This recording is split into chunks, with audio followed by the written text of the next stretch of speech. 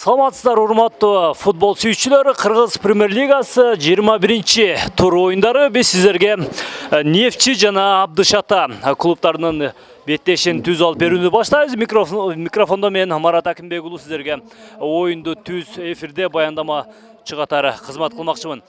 Демек, бүгүн 21-чи турда Нефтчи командасы өз таласындагы оюнун мына мынтип Базар Коргондун Борбордук стадионунда өткөрүп жатат. Бул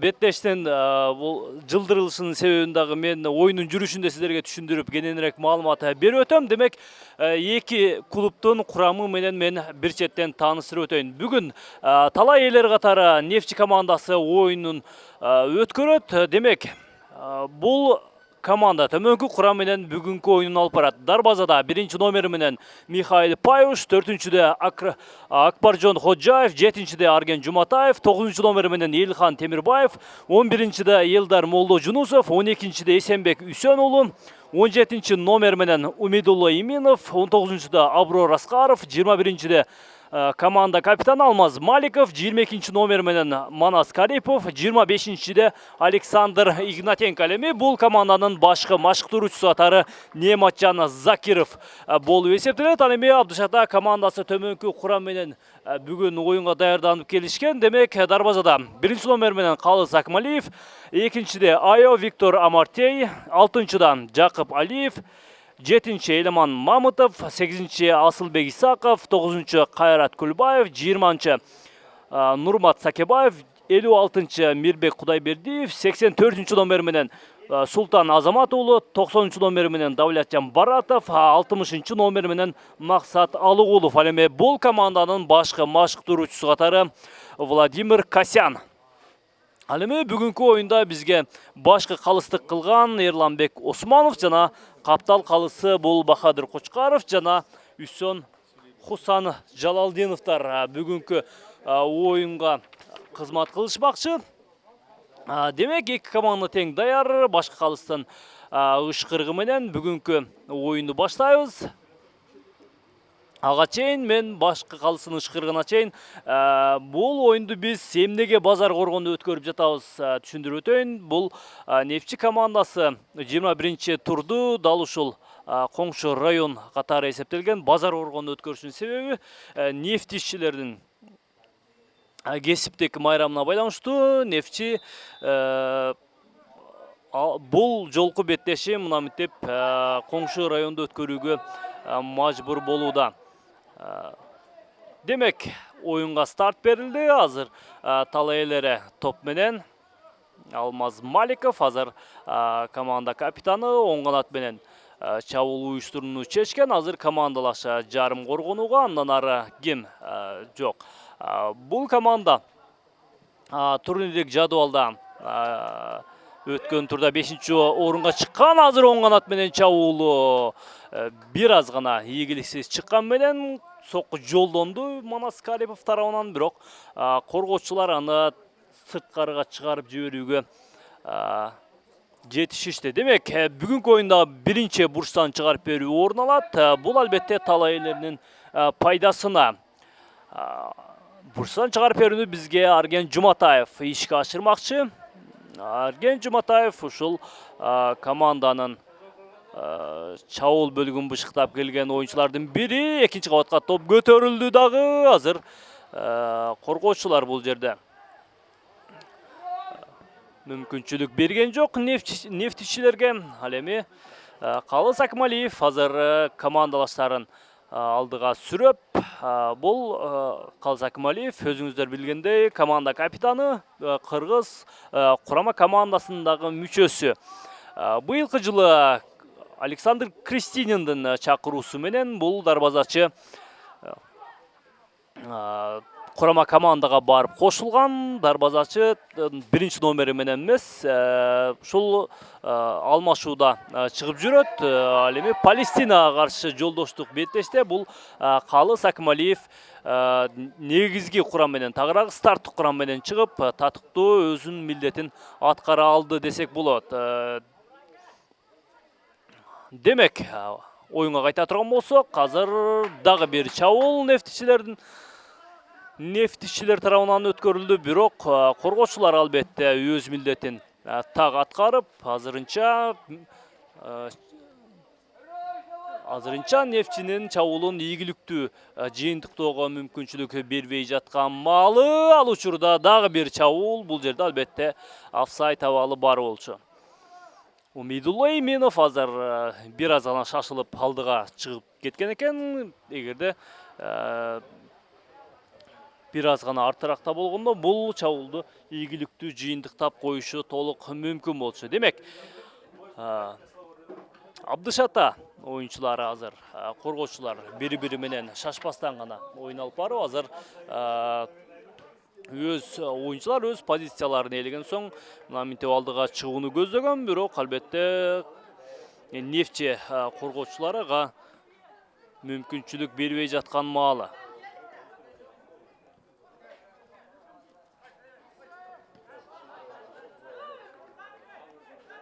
21-ci тур oyunlarında sizler Neftçi Koçkar Ata komandası Koçkar Ata'nın Neftçi komandası menen Abdışata komandasынын бетешүүсүн сиздер көрүп жатасыздар. Мындан сырткары бүгүн Илбирс алганы кабыл ала турган болсо, Дордой командасы менен Алай командасынын оюнун сиздер эртең саат 16:00 дал ушул Кыргыз Спорт ТВ YouTube каналынан түзөөдө көрө аласыздар. Ал учурда Нефтчинин дагы бир чабуулу азыр сол канаттан жакшы кирип баруу, борбордук голкө топ чыгарылды дагы. Манас Карипов мынтип топко жетпей калгандыгын көрүүдөбүз. Эгерде бул оюнчу топко өз маалында жетип барганда биз өтө кооптуу соккуларды көрүп калышыбыз толук мүмкүн болчу. Ал учурда эреже бузуу бул Александр Игнатенко тарабынан болду дагы. 7-ci номердеги Эламан Мамытовго карата копол оюн алып баргандыгын көрүүдөбүз. Демек, бул жерден кезектеги стандартка абал белгиленет. Игнатенко өзү дагы бир аз жаракат алып калган экен. Александр Игнатенко Нефтчи командасынын ортоңку бөлүкүдө жарым коргоочулук милдет аткарган оюнчу. Бул Белоруссиядан келген легионер оюнчу экендигин биз маалымат катары айтып өтөлү. Бул футболчу өткөн жылы ушул Нефтчинин курамына келип кошулган. Андан бери дал ушул командада жарым коргоочулук милдет аткарып келет. Демек, эки оюнчу тең бутуна туруп, эми андан ары оюнун уланталарын билдирүүдө. Эми стандартка абал.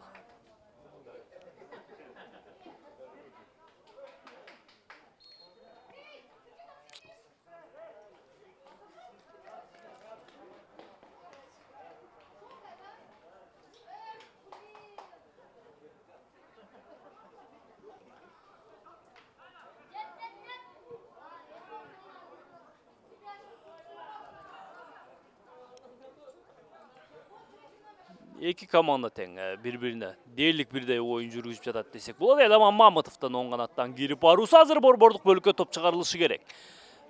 Жок, азыр бул жерден эми топту өзүнө сактап кала алган жок албетте.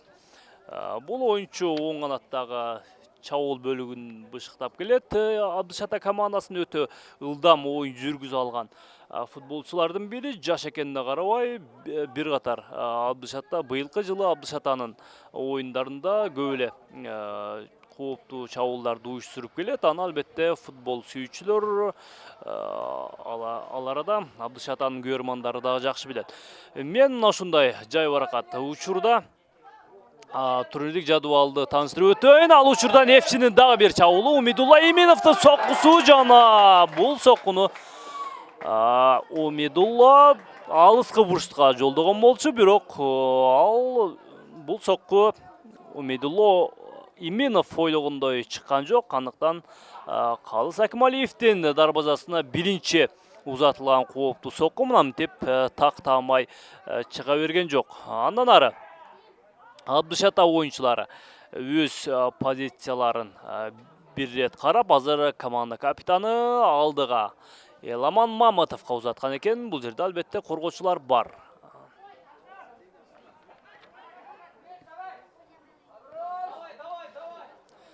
Элхан Темирбаев артыраак менен, андан ары Хаджаевка азыр оң канатка топ узатылды дагы. Бул жерде Манас Карипов ортоңку бөлүк менен сол канатка узатты дагы. Элхан Темирбаев азыр эмне кылат?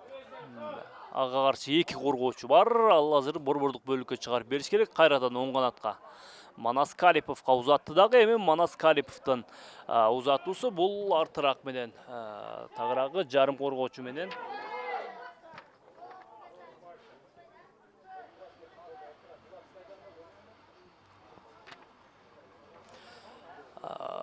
Нефчи оюнчулары мына ушул учурдан топту жоготту дагы. Эми Калыс Акмалиев коргоочулар менен. Коргоочулар азыр эмне кылат? Жарым коргонууга Виктор Айого топ узатылган болчу, бирок ал чыгарып берүү тактамай жетип барган жок. Мен турнирлик жадыбал менен сиздерди бир четен тааныштырып өтөйүн. Демек, турнирлик жадыбал менен 20 турда 46 упай менен Алай командасы биринчи орунда бараткан болсо, экинчиде 18 оюн менен 41 упайы бар. Бул Дордой командасы экинчи орунда баратат. Абдышата командасы 3-чү орунда экендигин эскертип өтөлү. Бул командада 20 турдун жыйынтыгы менен 30 упай бар. Ал эми бул Талай элери Нефчи командасы андан кийинки 4-чү орунда баратат. Бул командада 19 оюнда 28 упай бар. Ал эми Илбирс командасы 5-чи орунда болсо, бул Илбирс командасында 26 упай бар дагы. 6-чыда Алга командасы 6-чы орунга түшүп кеткен. Бул командада азырынча 25 гана упай бар экен. 7-чиде Кара Балта 16 упай менен, ал эми акыркы орунда Академия Лидер 8 упай менен келаткандыгын мен сиздерге маалымат иретинде айтып өтөйүн. Демек, Нефчи командасынын көрсөткүчтөрү тууралуу айта турган болсок, Кыргызстан кубогунда дагы бул команда жарым финалга чыккан. Жарым финалда биринчи оюнун конокто өткөрүп, ал оюнду албетте 2-1 эсебинде уткан экен. Андан ары дагы бир оюн өткөрөт бул команда. Академия Лидер менен Лидерди өз таласында кабыл алып, ал оюнда ута турган болсо, андан ары финалда Алга жана Дордой командаларынын бирөөсүнө түшүп калышы мүмкүн. Албетте биринчи оюнду бул Дордой командасы уткан. Андыктан финалга чыгуу мүмкүнчүлүгү Дордой командасында көбүрөөк экендигин эске алалы. Нефчинин дагы бир чабуул оң канаттан улат. Ортоңку бөлүккө чыгарылган топ жана Именов. Именовдун соккусу өтө жакын каралыктан жолдонгон болчу, бирок дарбазанын үстүнөн бир топ эле бийик кеткендигин биз көрдүк. Андан ары Абдышатанын чабуулу жок, бул жерде эреже бузуу бар. Эмне болду?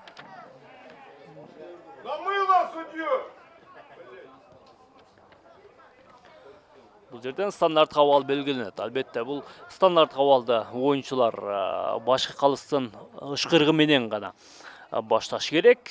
Ал учурда албетте оюнчулар эстен чыгарбашы зарыл. Анткени бул албетте Кыргызстандын ичиндеги оюндар, ал эми сырттагы оюндарда мындай эскертүүлөр берилбей дагы калышы мүмкүн. Анткени ал оюндар өтө жооптуу болуп эсептелет. Абдышатанын дагы бир чабуулу азыр оң канаттан ортоңку бөлүккө топ жеткирилди дагы. Дарбазага сокку.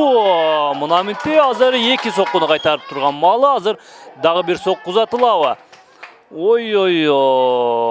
Нефчи үчүн өтө кооптуу учур. Виктор Айо азыр сол канаттан дагы бир кирип барууга аракет жасайт. Ал учурда коргоочулар албетте Виктор Айону кайтарууга жетишти. Андан ары тездик менен контр чабуулга Нефчи оюнчулары барат. Умидулла Именов азыр ортоңку бөлүккө. Андан ары бул жерден оюнчулар топту жоготту дагы. Эми кайрадан чабуулга Нефчи командасы өтөт. Эми ортоңку бөлүккө чыгарылган топту мына мынтип бул жерде эреже бузуу бар экендигин биз көрдүк. Анткени бул оюнчу албетте колунан кармап тартып жибергендигин көрдүк дагы. Эми бул жерден кезектеги стандарт кабал белгиленет.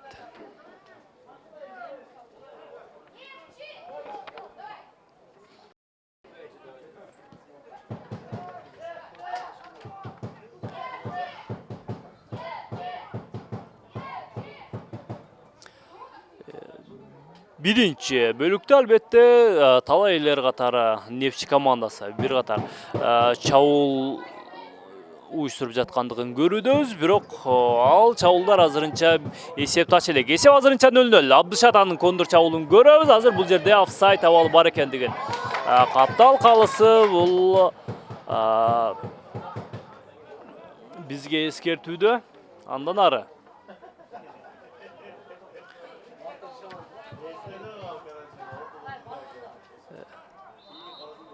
дагы бир офсайд абалы.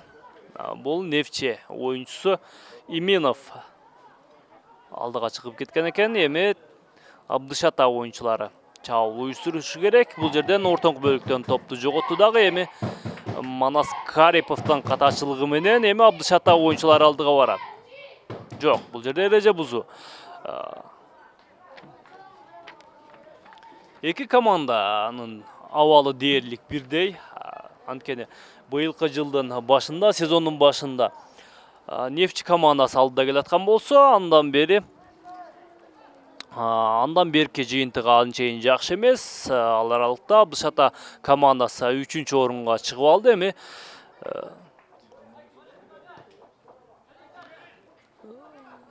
Нефчинин көрсөткүчү 4-орунда экендигин мен сиздерге жогоруда айтып өттүм. Дээрлик бирдей эки команданын көрсөткүчү. Андыктан бүгүн биринчи бөлүктө албетте бири-биринде татыктуу каршылаштыкты көрсөтүп, чабуулга бай оюн көрөбүз деп үмүт кылам. Анткени буга чейин алгачкы мүнөттөрдө эле бир катар чабуулдар уюштурулду, кооптуу соккулар дагы жолдонду, бирок ал соккулар азырынча эсепти ача элек.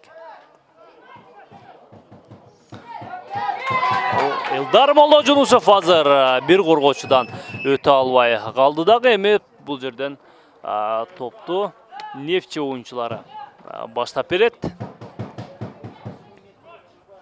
Эрган Жуматаев Хаджаевка, андан ары Алмаз Маликов оң канат менен ойноону чечкен. Эми кимге? Жок, бул жерде эреже бузуу бар. Виктор Айо азыр топту тартып алууда, бир оюнчуну өткөрүп жибербөө үчүн албетте копол ойун алып барды. Андыктан кезектеги стандарт кабал. Бул албетте талай элердин пайдасына.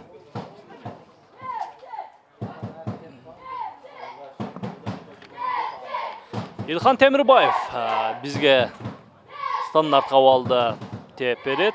Азыр калсын ышкырыгы жаңырды дагы. Эми Темирбаевтан узатуусуга ысыл жакка экинчи кабатка топ узатылды. Мына мынтип коргоочулар кайтарууга жетишти дагы. Эми бул жерден топту жоготту албетте.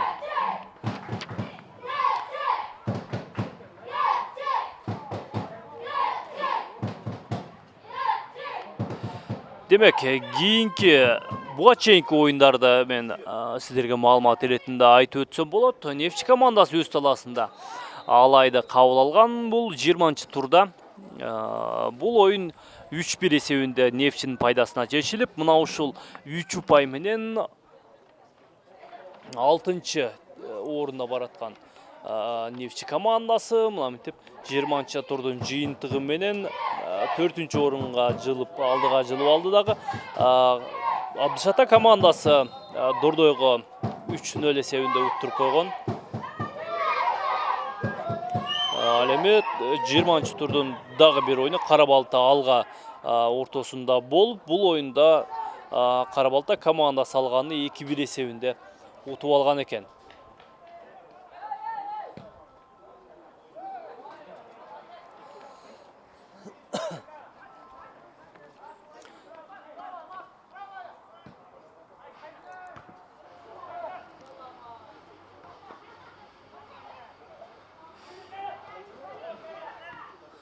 Бул эки команданын тарыхына кайрыла турган болсок, эки команда тең Премьер-лигада.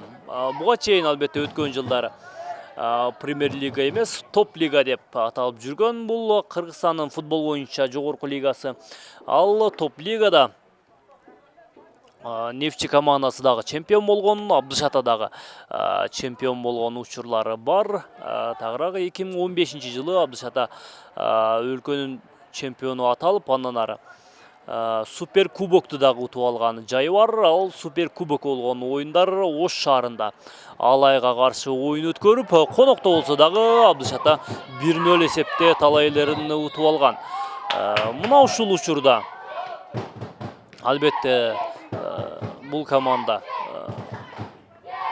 жакшы жыйынтыктар көрсөткөндүгүн биз айтып өтүшүбүз керек. Анткени ал учурда албетте Алай, Дордой командалар эң күчтүү командалардан алдыга чыгып, өлкөнүн супер кубогун утуп алуу албетте бул командага оңойго турган эмес. Ал эми бул Нефчи командасы бул өлкө чемпиондугун 2010-жылдары утуп алган. Ал учурда бул команданын башкы машыктыруучусу катары Александр Кристинин болчу. Александр Кристинин Кыргызстандагы машыктыруучулук карьерасы мына ушул клубтан башталган. Демек, стандарт кабалда азыр түз эле Калыс Акмалиевдин колуна барып берип койду бул Игнатенко Александр. Эми Абдышата оюнчулары андан ары сол канат менен Виктор Айо менен чабуулга өтүүдө. Виктор Айо азыр ортоңку бөлүккө топ узатты дагы, эми ортоңку бөлүктөн сокку жолдонду, бирок бир топ эле алыс кеткендигин биз көрдүк, дарбазага жакын дагы барган жок. Дал ошол биз жогоруда белгилеп өткөн Александр Кристининдин машыктыруучулук карьерасы, дал ушул Кыргызстандагы карьерасы ушул Нефчи командасында башталган экен. Ал учурда Нефчи командасынын өлкө чемпиондугун утуп алган, өлкөнүн супер кубогунда утуп алган, андан ары өлкө курама командасынын машыктырып, эми азыркы учурда курама команданын дагы, андан ары Дордой клубунун дагы машыктыруучусу катары иштеп келет. 2010-жылдан бери Нефчи командасы өлкө чемпиондугун ута элек. Быйылкы жылы Кыргызстан кубогунда финалга чыгып калууга өтө жакын турат.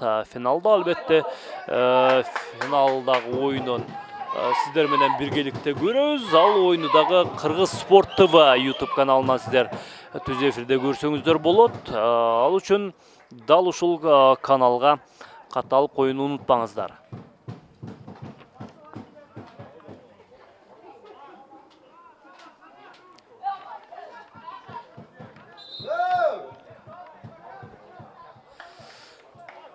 Оюнун биринчи бөлүгү биз азырынча гол көрө элекпиз, андыктан эсеп азырынча 0-0. Эки команда тең бир катар чабуулдарды уюштурганы менен азырынча эсеп ачылы элек.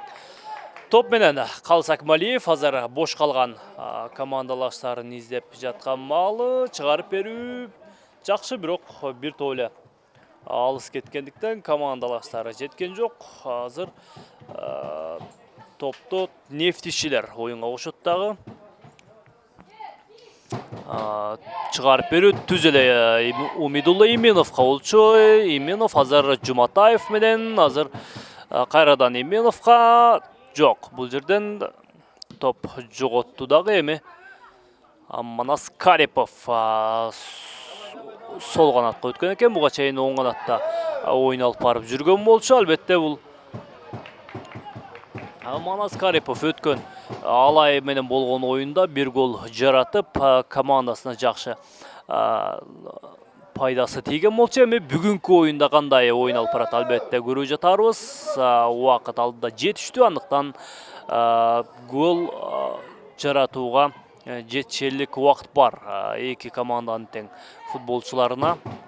Эки командада тең жаш бир топ ылдам оюн жүргүзө алган футболчулар бар.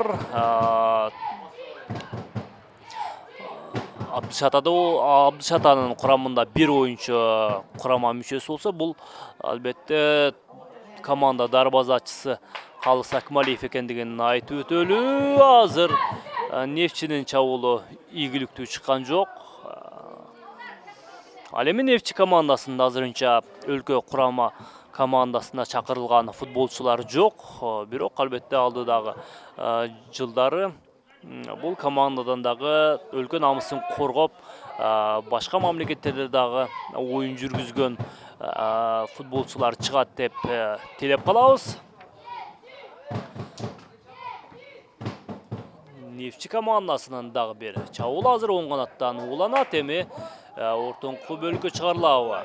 Элдар Молдожунусов азыр ортоңку бөлүккө топ чыгарды дагы азыр дарбазага соккуну мынантип Калыс Акималиев өз маалында тосуп кала алды. Калыс Акималиев албетте тажрыйбалуу дарбазачылардын бири. Ошондуктан башкы машыктыруучу Александр Кристинин курама мүчөсү катары командага чакырып жүргөнүн биз жакшы билебиз. Палестинага каршы оюнда старт курамы менен чыгып, татыктуу түрдө өзүн көрсөтө алды десек болот. Андан ары дүйнө биринчилигине тандап алуу оюндарында дагы барган, бирок ал учурда старт курам менен чыккан жок. Алмашууга дагы чыгарган жок бул дарбазачыны. Андан бери бул Кыргыз курамасындагы оюнун көрө элекпиз Калыс Акималиевдин. Демек, бурсан чыгарып берүү азыр Абдышатанын пайдасына. Эламан Мамытов азыр бурстан чыгарып берүүнү ишке ашырат.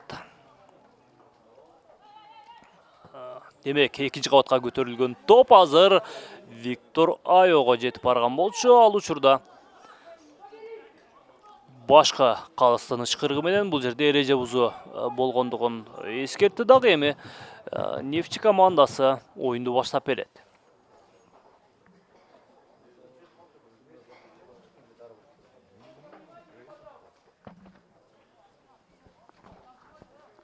Михаил Паюш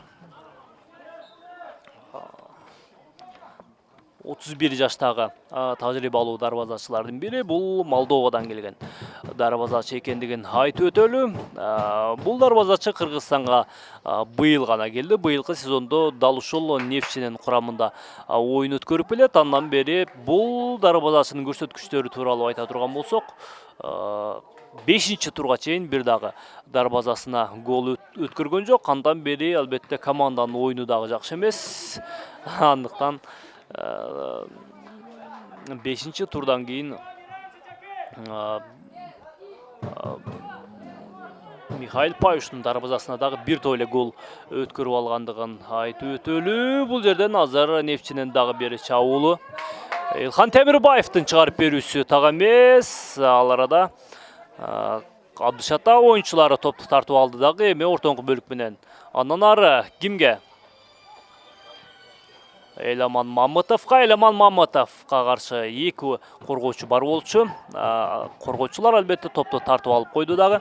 Андан ары чабуулга өтүүдө жаза басып, кайрадан топту жоготуп койду. Эми бул жерден Абдышата оюнчулары өз басымын өткөрүшү керек. Алгачкы мүнөттөрдө бир топ эле басым уюштуруп, нефтчилер бир катар чабуулдарды уюштурган болчу, бирок андан бери Абдышата оюнчулары дагы өз позицияларын кармап, өз оюнун түзөп алды. Эми дээрлик бирдей оюн жүрүп жатат. Азыр биринчи бөлүктө эки команда тең бир катар чабуулдарды уюштурууга жетишти. Абдышата командасы дагы кооптуу соккуларды узата алды. Эми Илхан Темирбаевдин сол канаттан кирип баруусу дарбазага сокку жолдонобу? Жок. Бир коргоочунун жазгыруу өттү дагы. Мынаминтип андан ары оюнун уланта алган жок. Демек,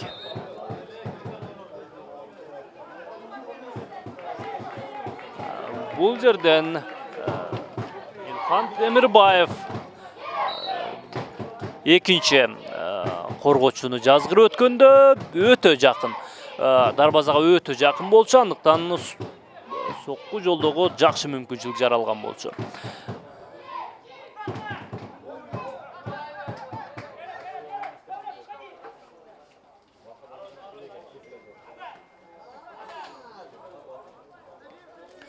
Кайрат Көлбаев артыраак менен Жақып Алиев сол қанатпен ойнауны шешкен эми. Сол қанатта ким бар алдыда? Виктор Айо.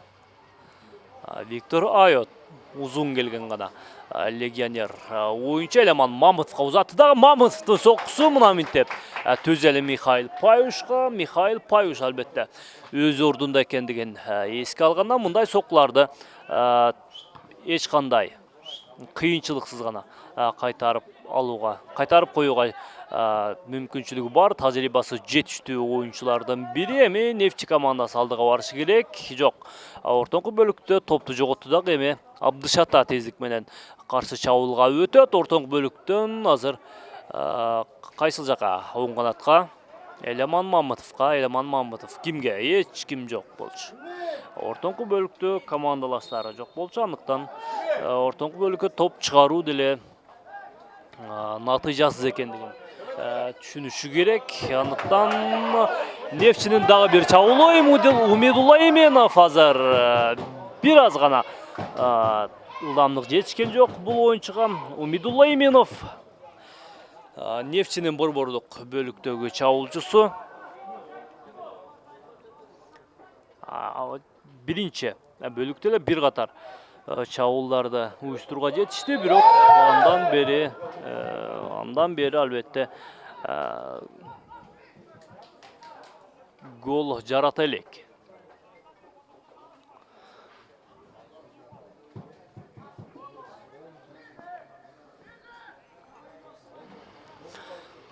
Калыс Акималиев бир аз алдыраак чыгып, эми командалаштары менен оюн алып барууну чечкен. Давлетжан Баратов азыр сол канатка. Андан ары жарым коргонууда топту жоготту дагы. Эми Алмаз Маликов Нефчи командасынын капитаны дарбазашы менен ойноону чечкен. Михаил Паюш азыр түз эле чабуулчуларга азыр оң канаттан жакшы кирип барса болот болчу, бирок Манас Кариповга коргоочулар мүмкүнчүлүк берген жок. Бул Давлетжан Баратов топту карага чыгарып жиберүүгө аргасыз болууда. Эми бул жерден Нефчи оюнчулары топту оюнга кошот.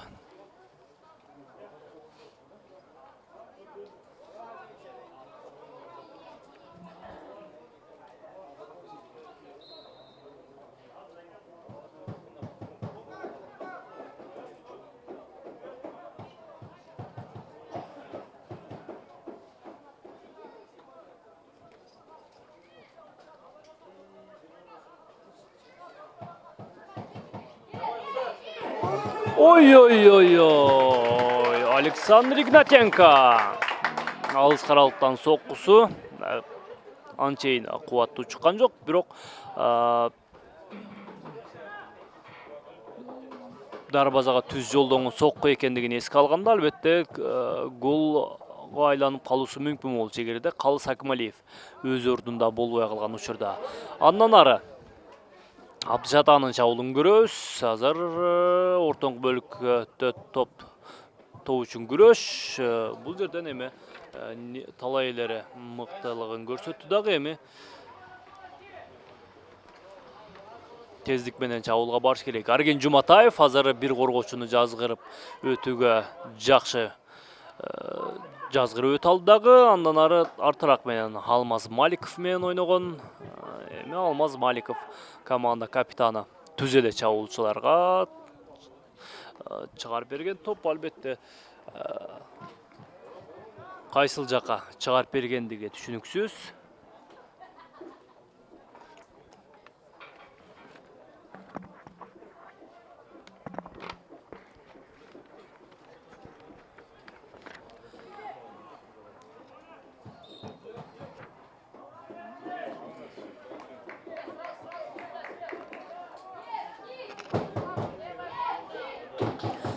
Мына ушул оюн менен биз 3-турда, турнирлик жадыбалда 3-орунда ким экендигин тактап алсак болот. Анткени 3-орунда Абдышата 30 упай менен болгон болсо, 28 упай менен Нефчи командасы 4-орунда. Дал ушул Абдышатаны кууп келаткан маалы. Андыктан өз саласында Абдышатаны ута турган болсо, бул команда 3-орунга чыгып алуусу мүмкүн. Ал эми андай болбосо Абдышата дагы бир 3 ұпайға ие болады дағы 33 ұпай менен өзінің 3-ші орындағы турнирлік жадвалдағы 3-ші орынын ишенимдүү түрдө бекемдеп кала алат.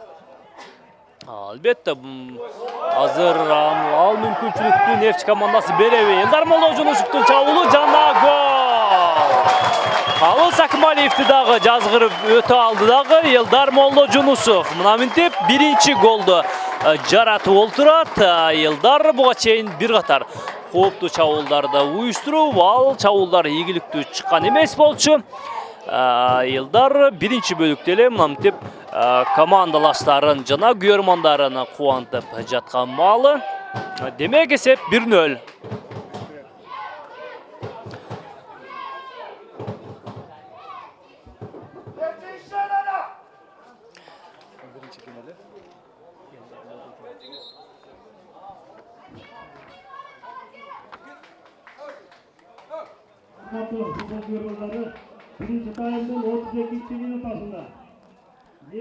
Birinci bölüktün 32-ci minutunda biz esepte açıp aldık dağı, andan ары albatta Abdışatan'ın oyunları dağı canlanat degen ümittöbüz emi.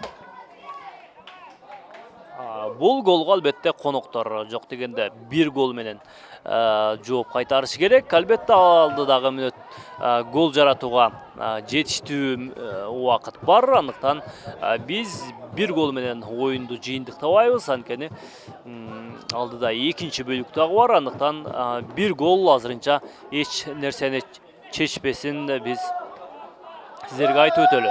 Албетте оюн мына ушундай авалда жүрө турган болсо, мына ушул bir gol дагы оюн мына ушул нефтичилерге 3 ұпайды алып келиши мүмкүн, бирок албетте Абдышат ага менимче мүмкүнчүлүк кандай bir gol менен уттуруп жиберүүсү кыйын. Анткени буга чейинки оюндарда Абдышата Нефти командасынын өз таласында дагы утуп жүргөн учурларын биз көп эле көргөнбүз. Андыктан мына ошол оюндарды эске алганда алдыда дагы кызык оюн, кызык катуу каршылаштыкты биз көрөбүз деген үмүттөбүз. Демек, ортоң бөлүктөн кезектеги стандарт кабал азыр ким тебет азыр? Давлетжан Баратов стандарт кабалды тээп берет. Азыр бул Нефтчинин жарым аянтында азыр коргоочулар менен ойнонду чечкен Давлетжан. Түз эле оң канатка топ узатылды дагы. Бул топ түз эле аутту көздөй бет алды. Эми Михаил Паюш оюнду баштап берет.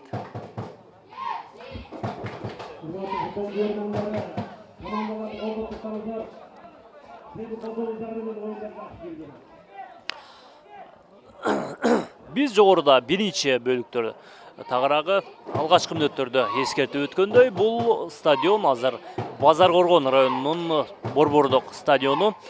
Нефтчи командасы өз оюнун 21-чи турда мына мынтип Базар Коргондо өткөрүп жатат. Анткени өз таласында нефтичилерден кесиптик майрамы белгиленгендиктен азыр команда мына ушул оюнду өз таласында ойноду деп эсептелет. Базар Коргондун Борбордук стадиону быйыл мына мынтип заманбап болуп жакшы оңдоп түзөөдөн өткөн экен. Эми мына мынтип жакшы жооптуу оюндарды өткөрүүгө демек мүмкүнчүлүк шарт жаралды дагы. Бул команданын оюнун Базар Коргондо дагы өткөрүүгө мүмкүнчүлүк бар экендигин тиешелүү адистер баса белгилеп, эми дал ошол райондо мына мынтип жооптуу оюндарды биз көрүп жатабыз. Албетте стадион мына ушундай жакшы оңдоп түзөөлөр болуп тура турган болсо, алдыда дагы жооптуу оюндарды көрөбүз деген үмүттөбүз. Анткени стадион эл аралык талаптарга жооп бере алган, мына мынтип заманбап оңдоп түзөөдөн өткөн жакшы башка Оштогу мүмкүн ошол эле Кошкар атадагы стадиондордон кем калышпаган абалда оңдоп түзөөдөн өткөн экен. Демек бул жерде дагы жооптуу оюндарды өткөрсө болот дегендикти билдирет бул. Топ менен Нефчи командасы дагы бир чабуул. Азыр Умедулла Именов азыр офсайд абалы бар экен деген каптал калысы бизге эскертүүдө. Албетте Умедулла Именов ушуну менен 3-чү ирет офсайд абалында калып кетип болуп турат. Бул жогоруда мен белгилеп өткөндөй Нефчинин борбордук чабуулчусу. Албетте бир аз гана алдыракта ойноп жаткандыктан офсайд абалында көңүл бурбай калып жатат көрүнөт. Эми кезектеги стандарт абалды мынтип Абдышата оюнчулары коргоочулар менен ойноду дагы. Андан ары Виктор Айого. Виктор Айо ортоңку бөлүккө, Давлетжан Баратов бул жерде топту жоготту дагы. Эми Нефчи тездик менен чабуулга барыш керек. Михаил Паюш ортоңку бөлүккө топту жолдогон болчу, бирок командалаштары коргоочулар менен оюн алып барууда.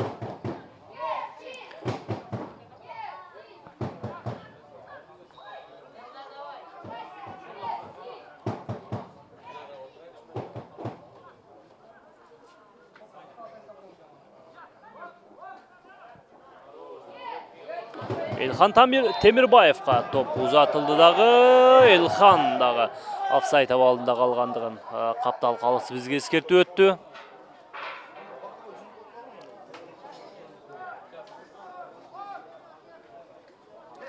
Көлбаев ортоңку бөлүктөгү коргоочулар менен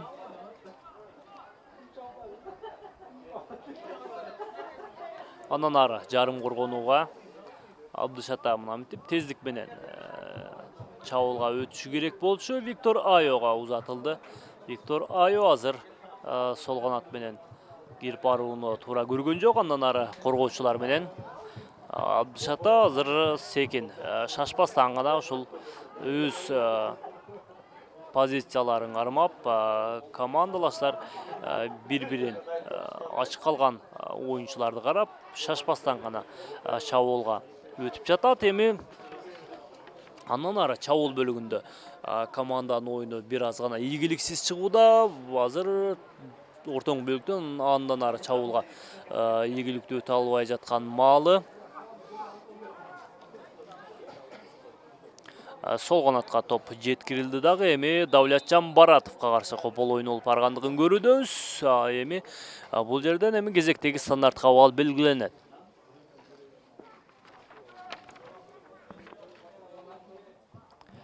Бул стандартка абал албетте Нефчинин дарбазасынын жанында экендигин көрүп турасыздар. Эми бул учур албетте Нефчи үчүн кооптуу, анткени команда мына ушул учурдан эсепти теңеп коюусу толук мүмкүн. Анткени мына ушул стандартка абалдагы түз эле дарбазага жолдонуп калышы дагы мүмкүн. Дарбазага сокку жолдоого дагы мүмкүнчүлүк бар.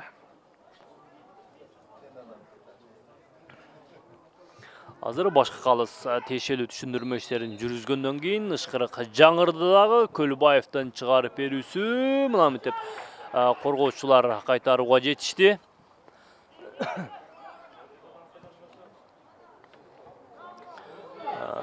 Нефчи оюнчулары эми тездик менен контр чабуулга барып жаткан маалда ортоңку бөлүктөн Манас Карипов топту кайрадан тартырып жиберди. Эми Абдышата оюнчулары чабуулга өтүшү керек.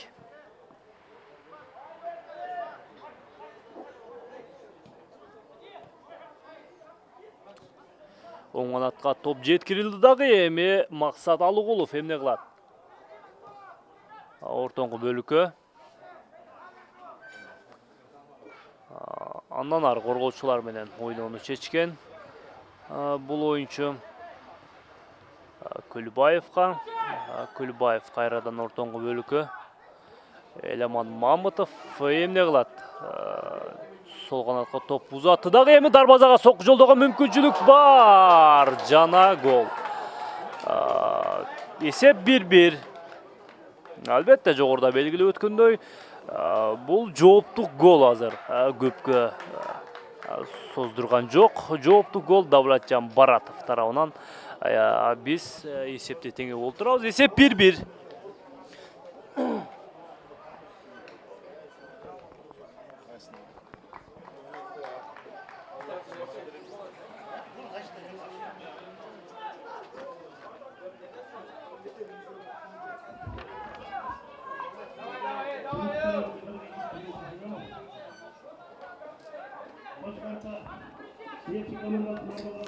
Эсеп 1-1. Биз Давлатжан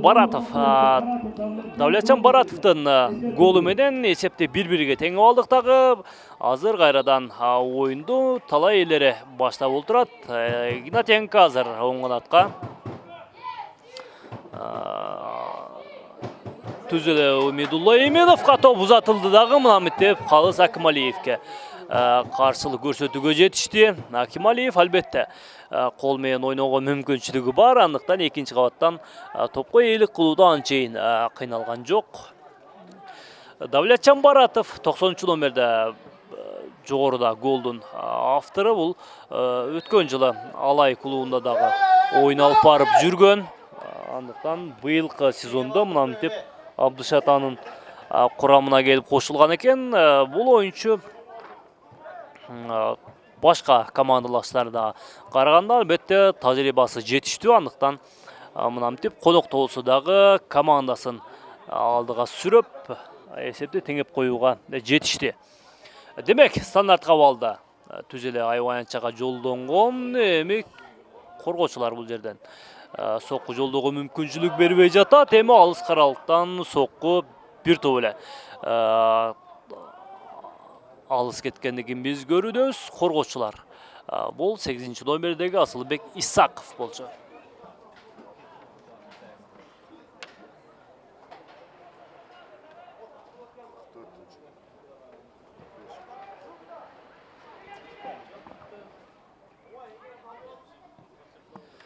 Biz 44-cü мүнөттү өткөрүп баруудабыз. Азыр негизги мүнөттөр өттү дагы, эми калыстар биринчи бөлүккө канча кошуп берет, албетте сиздер менен бирге көрүп жатарбыз.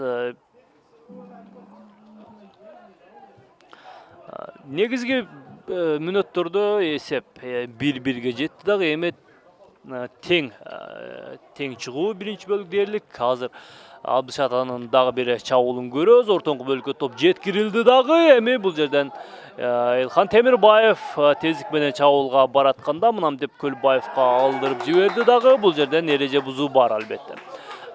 Көлбаевка бир топ эле копол оюн алып баргандыгын көрдүк Көлбаевка каршы.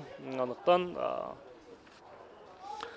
бул оюнчунун саламаттыгы кандай? Оюнун уланталабы?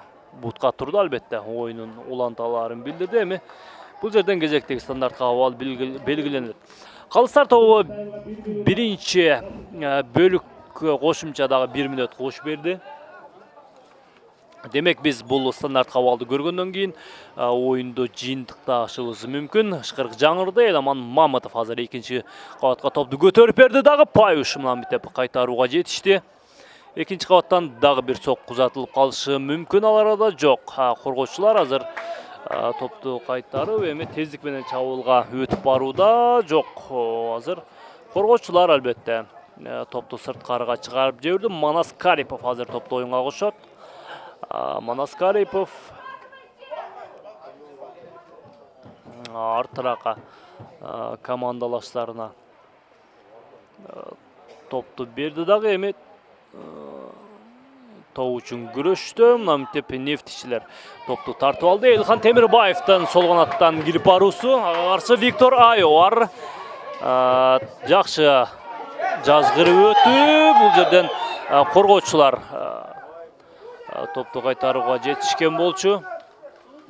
Демек, Калыстын ышкырыгы менен биз биринчи бөлүккө жыйынтык жасайбыз. Эсеп 1-1, бир нече көз ирмемден соң албетте экинчи бөлүктө жолугушабыз.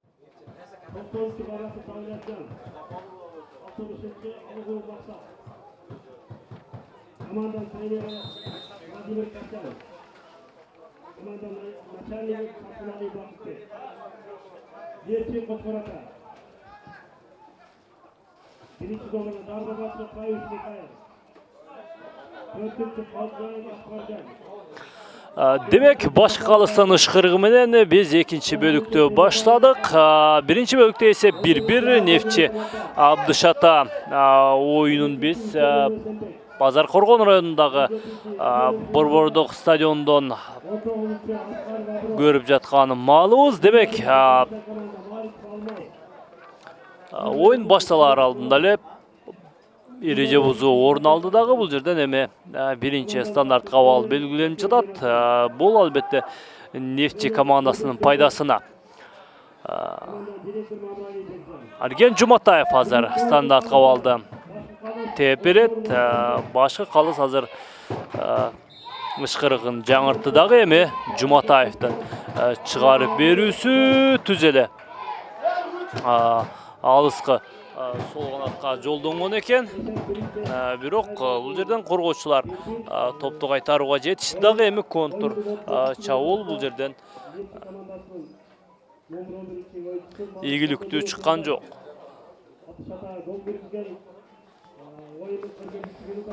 Мен эки команданын курамы менен дагы бир ирет сиздерди тааныштырып өтөйүн.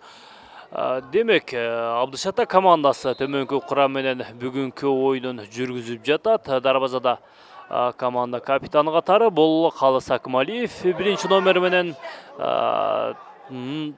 аларда Абдышатанын чабуулун көрөбүз. Мына ушул чабуулдан кийин мен курамды толук менен сиздерге тааныштырып өтөм. Азыр ортоң бөлүккө топ жеткирилди дагы. Эмет Абдышата оюнчулары топту тартырып жиберди. Эми бул жерден топту кайрадан Абдышата оюнчулары оюнга кошот. Мен аларда команда курамын тааныштырууну улантайм. Demek ikinci номер менен Хайо Виктор Амартей, 6-da Жакып Алиев, 7-de Элеман Мамытов, 8-de Асылбек Исаков, 9-da demek Кайрат Күлбаев, 20 номер менен Нурмат Сакебаев, 56-da Мирбек Кудайбердиев, жана 84 номер менен Султан Азамат уулу, 90 номер менен Давлетжан Баратов. Азыр өтө жакшы чабуул жана гол. Нефтчи командасы мынантип экинчи бөлүктүн башында эле эсепти 2-1 жеткизип олтурат.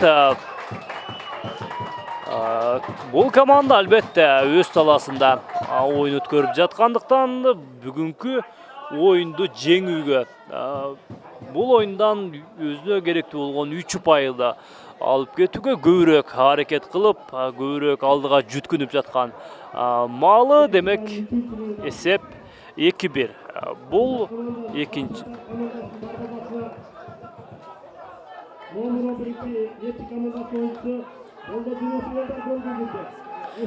Demek ikinci goldu dagы бизге Элдар Молдожунусов тартуулап олтурат. Эсеп 2-1. Элдар Молдожунусов бүгүнкү оюнда дубль жаратты дагы командасын алдыга алып чыккан малы. Демек Абдышатанын акыркы оюнчулары бул 90 номерде Давлетжан Баратов жана Максат Алыгулов 60 номер менен оюн алып барып жатат. Ал эми Нефтчи командасы төмөнкү курам менен бүгүнкү оюнга даярданып келишкен. Демек дарбазада Михаил Паюш 1 номер менен, 4-де Акбаржон Ходжаев, 7-де Арген Жуматаев, 9-da Илхан Темирбаев, 11-de Элдар Молдожунусов, 12-de Эсенбек Үсен уулу, 17 номер менен Умидулла Именов, 19-da Аброр Аскаров, 21 номер менен Алмаз Маликов, команда капитаны, 22-de Манас Калипов, 25 номер менен Александр Игнатенко бүгүн оюн алып барып жатат. Ал эми бүгүнкү оюнду бизге башкы калыс катары Эрланбек Осмонов жана каптал калыстар Бахадыр Кучкаров менен Хусан Жалалдиновдор кызмат кылып жаткан маалы. Азырынча эсеп 2-1. Экинчи бөлүктүн 3-мүнөтүндө Элдар Молдожунусов бизге 1 гол жаратты дагы. Эми 2-1 эсепте Нефтчи командасынын алдыга алып чыккан маалы. Дагы бир стандарт кабалда. Мына менте өтө кооптуу учур. Манас Калипов азыр топто коопсуз аймакка чыгарып жиберди. Эми андан ары Именов кайрадан Манас Кариповқа. Манас Карипов ал арада топко жетип бара алган жок. Андан ары Виктор Айо Давлетжан Баратовқа топты узаткан экен, бирок Баратов топты өзүндө сактап кала алган жок.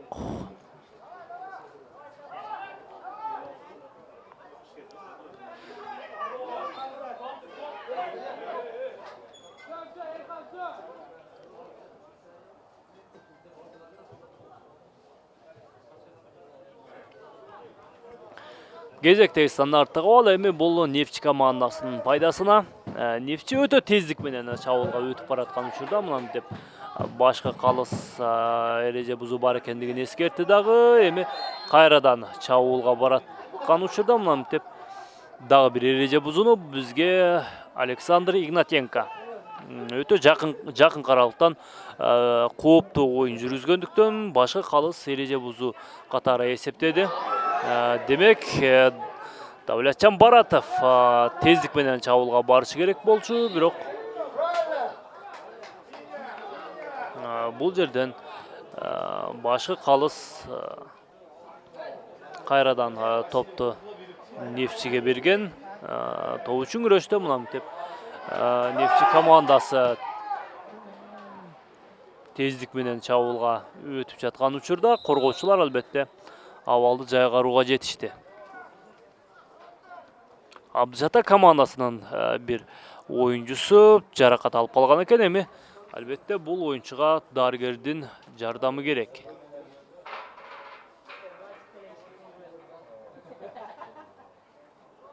Жок, дарыгердин көмөгүсүз оюнду уланталарын билдирди. Бул Мирбек Кудайбердиев болчу 56 номерде.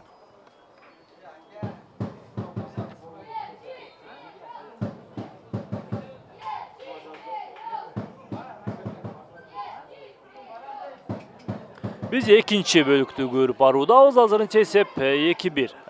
Талай элери азырынча бир голу артыкчылыгы менен алдыга чыгып алган Малыр Арген Жуматаев азыр ортоңку бөлүктө топту мынантип атаандаштарына тарттырып жиберишти дагы. Эми Абдышата оюнчулары тездик менен чабуулга барышы керек. Ал учурда эреже бузуу Манас Карипов тарабынан өттү дагы. Бул 84 номердеги Султан Азамат уулуна каршы копол оюн алып баргандыгын көрүүдөбүз.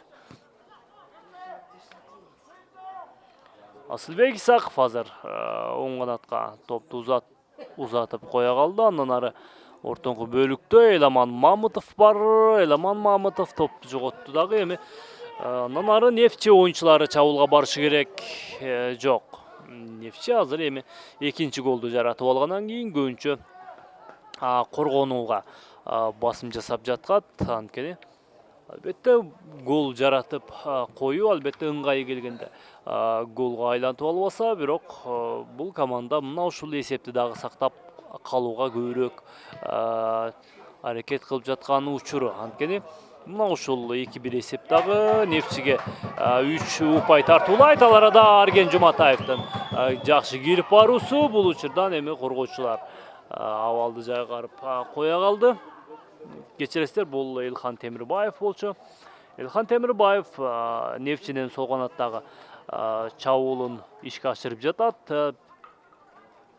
Жанатан бери жакшы кооптуу учурларды жарата алды, бирок бул оюнчудан азырынча биз гол көрө элекпиз. 2 голду тең жогоруда белгилеп өткөндөй 11 номердеги оюнчу Элдар Молдожунусов киргизди дагы. Эсеп азырынча 2-1. Давлетжан Баратов топ менен мынамте ортоңку бөлүктө топ үчүн күрөштө. Виктор Айо кайрадан командалашын жоготкон тобун кайрадан алды дагы. Давлетжан Баратовго узаткан болчу. Баратов кайрадан ортоңку бөлүктө Арген Жуматаевга топту тартырып жиберди. Эми Нефтчинин сол канаттан уюштурулган чабуулу эмне менен жыйынтыкталат? Элдар Молдожунусовго топ жеткирилди. Эми Элхан Темирбаевга. Элхан Темирбаев бул жерде Көлбаевга топту тартырып жиберген. Көлбаев албетте коргонуудагы мыкты оюнчулардын бири.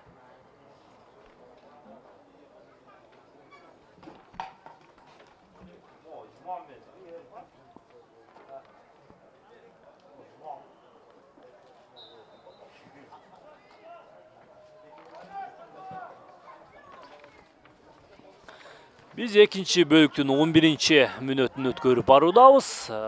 Командалар bir-birine татыктуу каршылык көрсөтүп жаткан учуру. Албетте, биринчи бөлүктү біз bir-biri менен жыйынтыктаган болсок, экинчи бөлүктө албетте талай эле үстөмдүгүн көрсөтүп жатат десек болот. Анткени катар-катар чабуулдарды уюштуруп, катар-катар кооптуу соккуларды узатып коюуга жетишип жаткан маалы.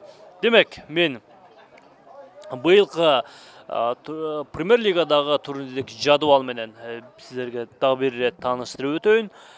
Демек, биринчи орунда Алай командасы 20 оюнда 46 упай топтоп биринчи орунда баратат. Ал эми Бишкектин Дордой командасы 41 упай менен экинчиде. Бул командада дагы 2 оюну бар. Анткени 18 гана оюн өткөргөн экен. Ал эми 3-чү орунда Абдышата командасы 30 упай менен, Нефче 28 упай менен 4-чүдө келаткан болсо, Игилбирс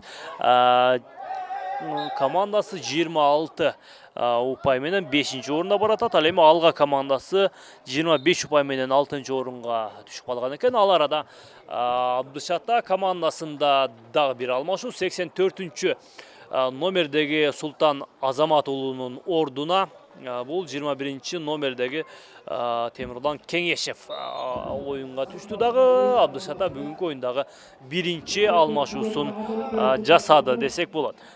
Командада дагы 2 алмашуу жасоого мүмкүнчүлүк бар. Аны башкы машыктыруучусу канчалык деңгээлде пайдаланат, албетте көрө жатарбыз. Демек, турнирлик жадыбалдан ары тааныштырып өтөйүн. Демек, 7-чи орунда Кара Балта командасы 16 упай менен 7-чи орунда. Ал эми 8-чи орунда 8 упай менен Академия лидер жаш оюнчулар мынамынтип акыркы орунда баратат. Андан ары оюнга кайта турган болсок, азыр кезектеги стандарт кабал Нефчи оюнчулары албетте калыска өзүнүн пикирлерин айтып, калыстын чечимине ыраазы эместигин айтып жаткан маалы. Азыр 7-чи номердеги бул Арген Жуматаевка тийиштүү түшүндүрмө иштерин жүргүздү.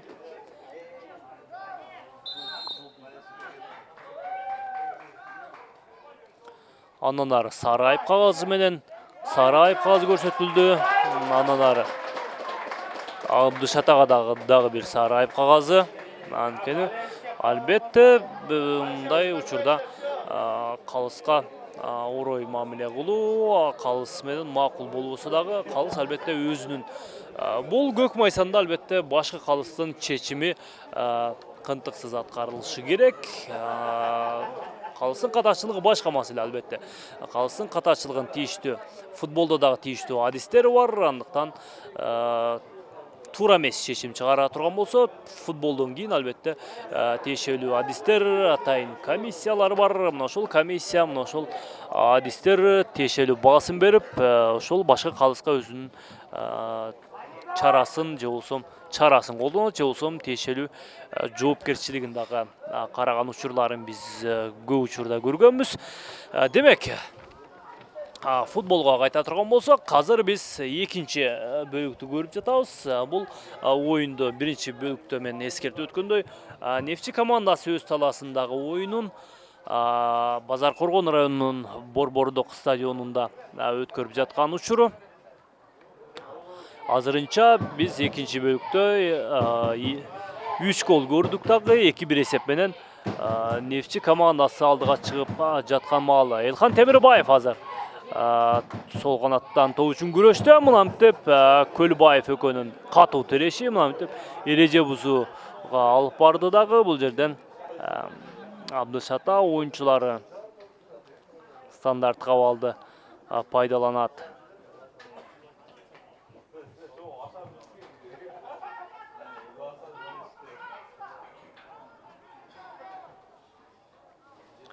Өткөн турда бул Нефчи командасы өз талаасында Алайдын кабыл алып, ал ойунду биз 3-1 эсепте Нефчинин пайдасында жыйынтыктаганбыз. Азыр дагы бир Нефчи командасынын чабуулу.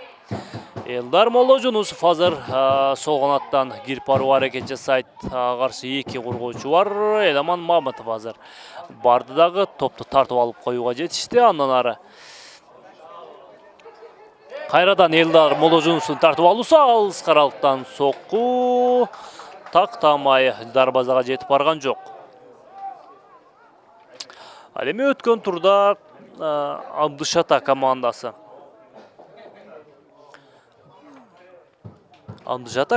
өткөн турда Дордойду кабыл алып, бирок 3-0 эсепте өз талаасында утулуп калган экен. Эгерде бүгүн уттура турган болсо, турнирлик жадыбалдагы 3-орунду дал ушул Нефчи командасына тартырып жибериши мүмкүн. Албетте бүгүнкү ал жыйынтык албетте бүгүнкү оюндан көз каранды. Бүгүн ким жеңсе, демек турнирлик жадыбалда 3-орунга көтөрүлөт. Абдышата командасы азыр деле 3-орунда, бирок 2-1 эсеби. Бүгүнкү оюнда 2-1 эсеби сактала турган болсо, 3-орунду азыркы ойноп жаткан атаандаштары Нефчиге тартырып жиберүүсү мүмкүн. Нефчиде азырынча 28 упай бар. Бүгүнкү оюнду ута турган болсо, демек 3 упай кошулат дагы 31 упай менен 3-орунга көтөрүлүп алуу мүмкүнчүлүгү бар. Албетте бул өз талаасында жакшы жыйынтык көрсөтүүгө жакшы мүмкүнчүлүк, жакшы шарт түзүлгөн маалы. Албетте ал шарт албетте алдыда сиздер менен бирге көрө жатарбыз. Абдышатанын чабуулун көрөбүз. Азыр Көлбаев топту экинчи кабатка көтөрүп берди дагы. Михаил Паюш бул жерде топту колунан чыгарып жиберген. Давлатжан Баратов эгерде мүмкүн ылдамыраак оюн алып барса, биз мына ушул учурдан дагы гол көрүп калышыбыз толук мүмкүн болчу. Демек, биз экинчи бөлүктүн 17-мүнөтүн өткөрүп баруудабыз. 18-ci мүнөттү өткөрүп баруудабыз. Михаил Паюш азыр шашпастан гана бош калган командалаштарын издеп, азыр түз эле чабуулчуларга Элдар Моложунусовго узаткан болчу. Элдар андан ары Именов Темирбаевга, Темирбаевдин чыгарып берүүсү азыр кимге? Жок, бул жерде Виктор Айо бар болчу. Виктор Айо азыр тездик менен каршы чабуулга өтүп барат дагы. Андан ары ортоңку бөлүктө ким бар? Жок, коргоочулар менен оюн алып барышат. Азыр ортоңку бөлүктө топ үчүн күрөштө Нефчи оюнчулары топту кайрадан тартып алды дагы. Эми сол канат менен Арген Жуматаев менен чабуулга өтүүгө аракет кылып жаткан маалы. Бул учурдан оюнчулар албетте жакшы натыйжалуу чабуул уланта албады. Эми Абдышата оюнчулары топту тартып алып коюуга жетишип, ортоңку бөлүктөн кимге? Эламан Мамытов экинчи кабатта анчейин мыкты оюн алып бара албайт, анткени бул оюнчу чакан гана, бою бир аз гана кичирээк, андыктан экинчи кабаттан оюн алып барууда бир аз гана ыңгайсыздык жаратат бул оюнчуга. Бирок сол канаттагы албетте ылдам оюн жүргүзө алат. Башка оюнчуларга салыштырмалуу бир топ эле ылдам жана тездик менен контр чабуулдарга өтүүдө Абдышатага дал ушул оюнчу жардамга келет десек жаңылышпайбыз. Анткени буга чейинки оюндарда бир топ эле чабуулдарда мыкты оюн көрсөткөндүгүн биз көргөнбүз. Азыр Нефчинин дагы бир чабуулу Манас Калиповго узатылган топту Манас өзүнө сактап кала алган жок. Андан ары Давлатжан Баратов Эламан Мамытовго, Эламан Мамытов ортоңку бөлүккө топту жеткирди дагы. Бул жерде офсайд абалы бар болчу. Каптал калысы бизге офсайд бар деп көрсөтүү дагы Максат Алыгуловдун чабуулга өтөм деген ниети ишке ашпады. Эми Алмаз Маликов бул жерден бизге стандарттык абалды тээп берет.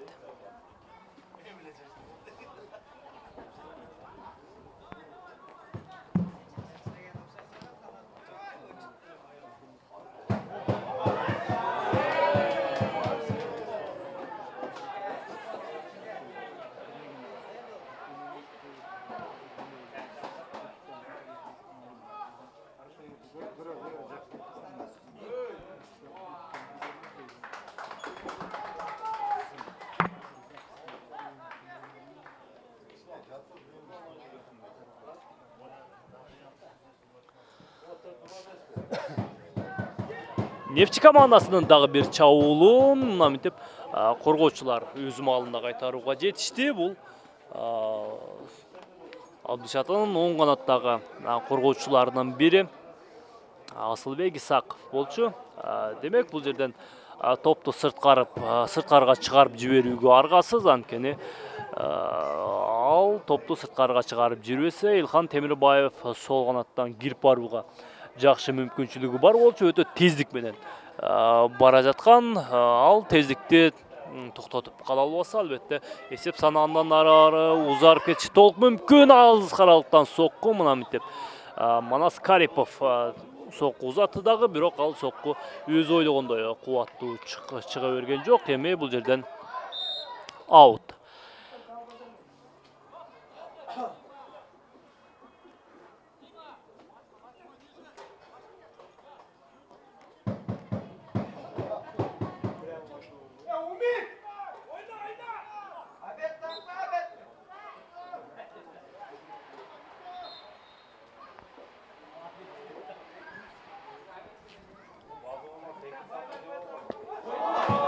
Ой, абдан жакшы тартып алуу жана Элдар Молдожунусовдун дагы бир чабуулун көрдүк, бирок Элдар бул чабуулду ийгиликтүү жыйынтыктай алган жок. Анткени бир коргоочу бар болчу, ал коргоочу кооптуу учурду албетте жайгарып командалашын дагы бир дээрлик голдон сактап калды десек болот. Анткени Элдар буга чейин кичинекей гана мүмкүнчүлүктөн гол жаратып коюуга жөндөмдүү экендигин бизге көрсөттү дагы.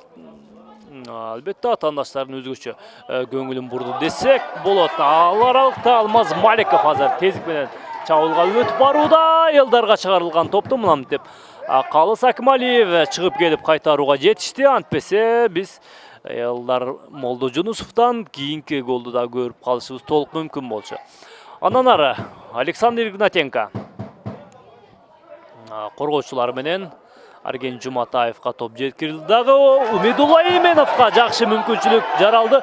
Имидулланын узатылган соккусу мынтип түз эле Акмалиевдин колуна барды. Андан ары Абдышата тездик менен каршы чабуулга барышы керек. Давлятжан Баратов азыр бул жерде албетте колуна тийип кеткендигин көрдүк. Алмаз Маликовдун колуна тийип кеткен. Андыктан бул жерден кезектеги стандартка бал белгилениши керек.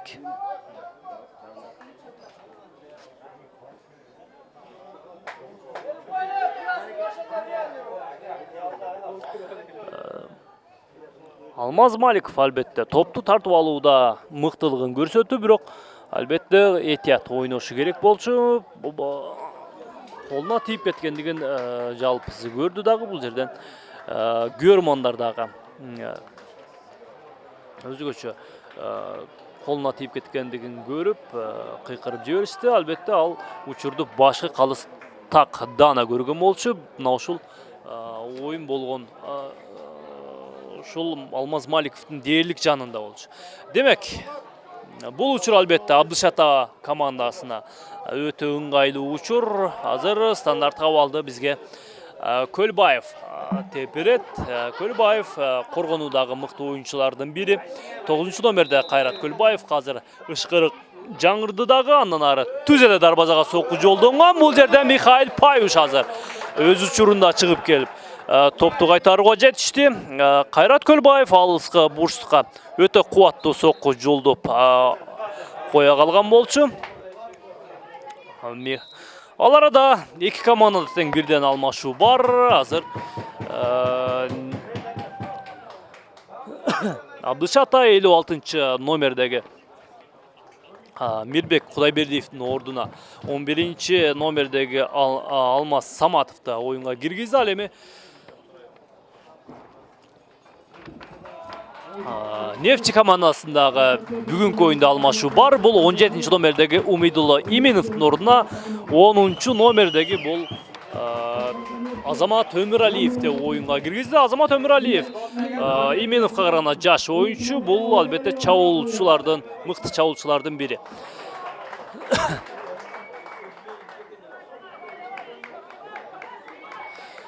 Абдышата командасы бүгүнкү оюнда 2 алмашуу жасаган болсо, азырынча талай элери бир гана алмашуу жасады дагы. Бул алмашуу Умидулла Именовдун ордуна Азамат Өмүралиевди киргизди. Азамат Өмүралиев жаш ылдам оюнчулардын бири. Андыктан Нефчи командасы бүгүнкү оюнда көбүнесе чабуулга көңүл буруда. Анткени чабуулчуларды негизги чабуулчусун алмаштырды дагы. Демек, бүгүнкү оюнда дагы чабуулдун күчө түшү керек. Азыр Өмүралиевке узатылган топту Асылбек Исаков тартып алып коюуга жетишти. Асылбек Исаков албетте Өмүралиевке салыштырмалуу бир топ тулку ой менен жакшы мыкты оюн алып барууга жөндөмдүү. Ал учурда Абдышатанын дагы бир чабуулу мынамынтип Михаил Паюштун түз эле колуна барып тийди. Анткени Алмаз Маликов түз эле топко мурдараак жетип барып, Михаил Паюшка топ жеткирген. Андан ары команда капитаны Өмүралиевке топту узатты дагы. Ага каршы Виктор Айо бар. Виктор Айо албетте коргонуудагы мыкты оюнчулардын бири, легионер оюнчу. Өзүңүздөр көргөндөй, Виктор Айо Абдышатанын коргонууда бир топ эле жакшы жардам берип жаткан оюнчулардын бири экендигин биз баса белгилеп өтүшүбүз керек.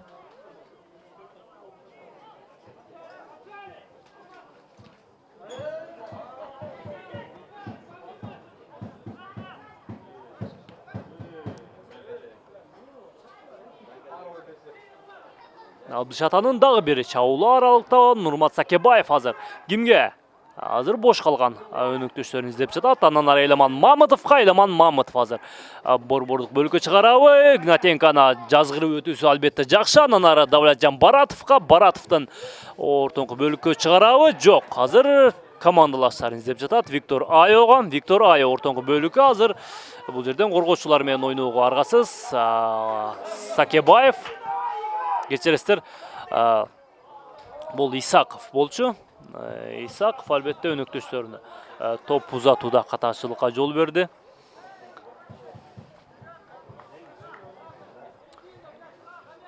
Асылбек Исаков азыр ортоңку бөлүккө, андан ары кимге? Жок, ортоңку бөлүктөн топту жоготушту дагы. Эми Михаил Паюш кайрадан эле ортоңку бөлүккө топ жүктөп коюуга жетишти.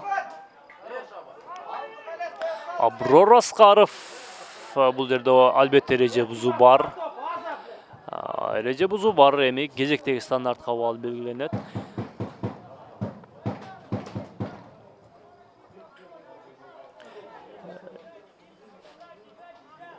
Биз биринчи бөлүктө албетте эки команданын тең бирден гол көрдүк. Эми экинчи бөлүктө талай элери алдыга чыгып алган. Эми ага Абдышата командасы кандай жооп берет, албетте күтүп жаткан маалыбыз. Анткени биринчи бөлүктө бир голго татыктуу жооп берген көп күттүрбөстөн. Эми экинчи бөлүктө албетте Абдышата командасы дагы чабуулга басым жасап, көбүнесе жооптук чабуулдарды, контр чабуулдарды уюштуруп жатканын эсепке алганда, албетте экинчи голго дагы жооп берет көрүнөт.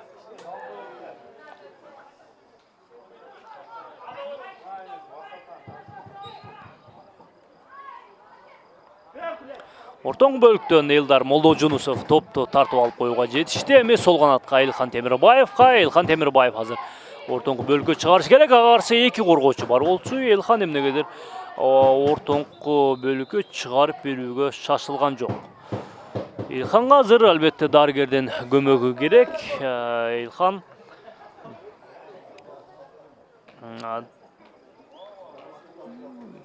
сол канаттан кирип барууга албетте жакшы, буга чейин жакшы оюн алып барып жүргөн болчу, бирок ал кирип баруулар азырынча жыйынтык бере элек.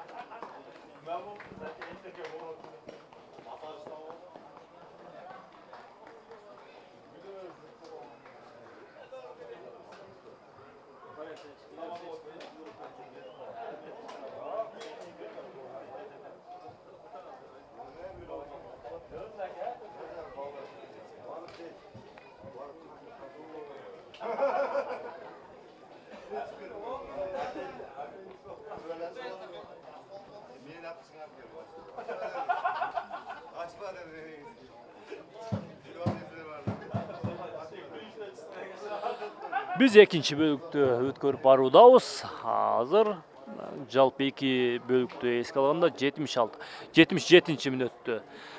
Демек бул жерден кезектеги стандарт кабыл белгиленип жатат. Эми бул учур албетте тал ээлерине ыңгайлуу учур, анткени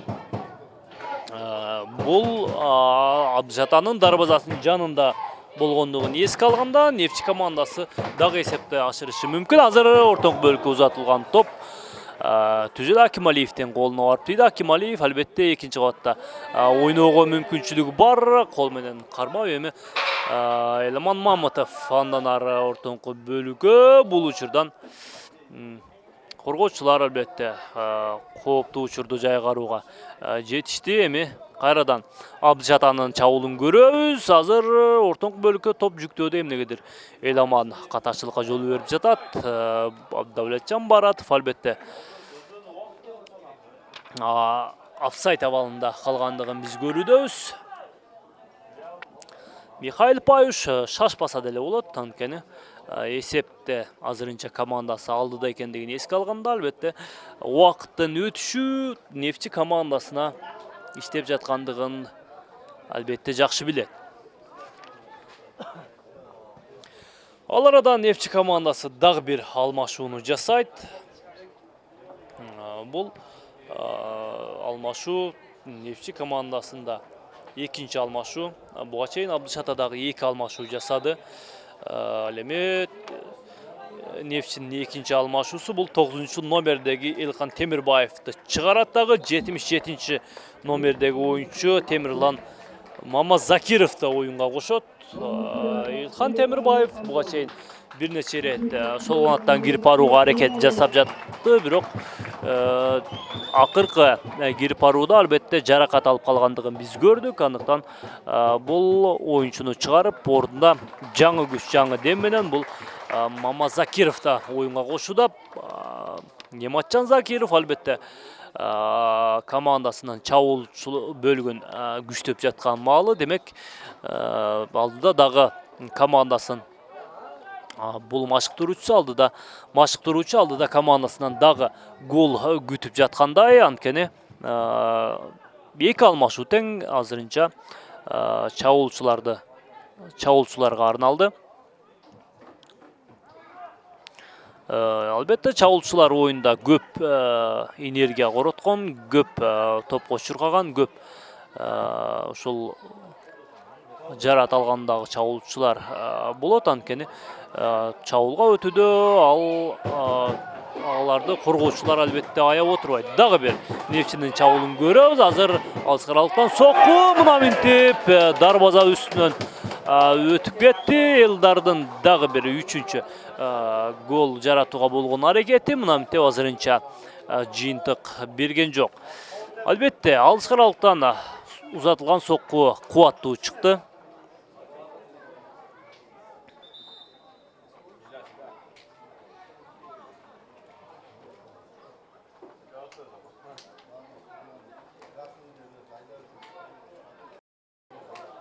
Азыр башкы калыс Абдышата командасына өзүнүн түшүндүрмө иштерин жүргүзүп жаткан маалы. Андыктан ышкырык жаңыртты дагы. Эми кайрадан оюнду баштоого уруксат берди.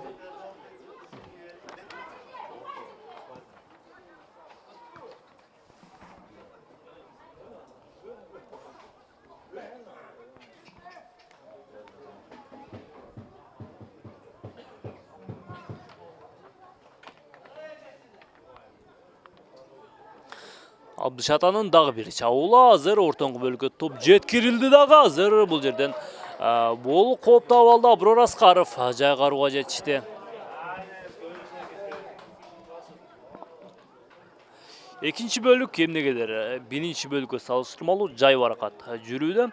Анткени талай ээлер катары Нефчи командасы албетте өз оюнун Абдышатага таңуулап жаткан маалы. Анткени өз талаасында 3 ұпайды алуға өтө ыңгайлуу учур. өз таласы албетте. Бұл күйөрмандарының жардамы, күйөрмандары албетте футболдун тилинде бұл 12-чи ойынчу деп коет. 12-чи ойынчу дагы албетте азырынча Нефчи командасына бир топ эле пайдасы тийип жатат. Базар Коргон районунда болгондугуна карабастан, албетте бул бүгүнкү оюнда Нефчинин күйөрмандары көбүрөөк, анткени Базар Коргон албетте Кочкор Атага жакыныраак жайгашкан район.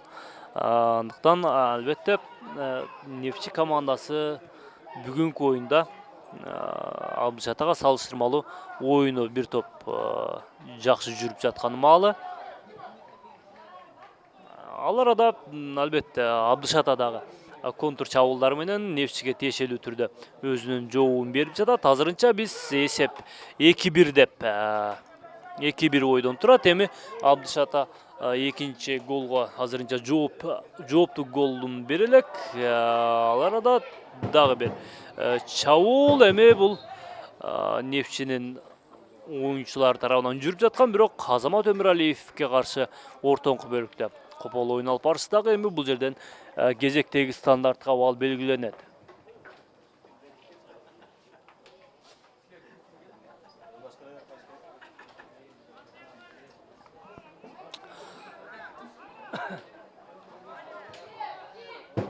Алмаз Маликов сол канатка, Манас Кариповго азыр Кайрат Көлбаевтан өтүп кете алган жок. Кайрат Көлбаев албетте Манас Кариповго салыштырмалуу бойлуу жана тулкуу ой менен жакшы оюн алып барууга жөндөмдүү оюнчу. Андыктан бул оюнчудан өтүп кетүү албетте Кайрат Манас Карипов үчүн оңойго турган жок. Дагы бир эреже бузуу бул Давлатжан Баратовго каршы копол оюн алып баргандыгын көрүүдөбүз албетте.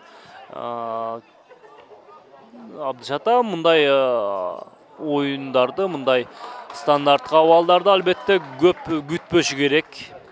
Албетте аны жакшы түшүнөт, анткени эсепте артта барууда убакыттын өтүшү албетте Нефчинин пайдасына болууда. Андыктан көп күтпөй мынтип тездик менен чабуулдарга өтүп, эсепти теңөөгө шашылып жаткан учуру. Эгерде эле бүгүнкү оюнду уттура турган болсо, команда турнирлик жадвалда 3-чү орунду ушул атаандаштарына тарттырып жиберүүсү толук мүмкүн. Элдар Молложунусов азыр Өмүралиевке узатылган топ, мынтип Өмүралиев өзүнө кабыл ала алган жок. Азамат Өмүралиев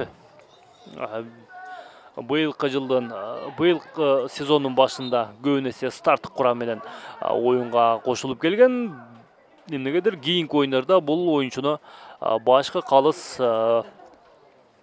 кечиресиздер, башкы машыктыруучусу Нематжан Закиров алмашууга сактап коюуда.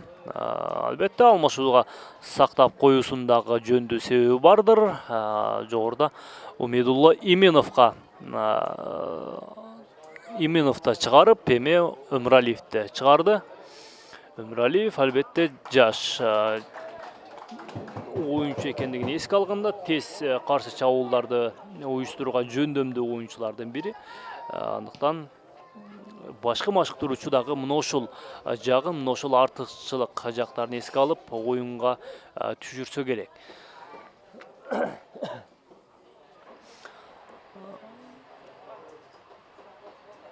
Нефчи командасында дагы бир топ мына ушул жайкы трансферде бир топ өзгөрүүлөр бар. Жайкы трансферде бир топ жаңы оюнчулар келген. Бул оюнчулар Акбаржон Ходжаев, бул 4-чү номер менен азыр Коргонууда ойноп жатат.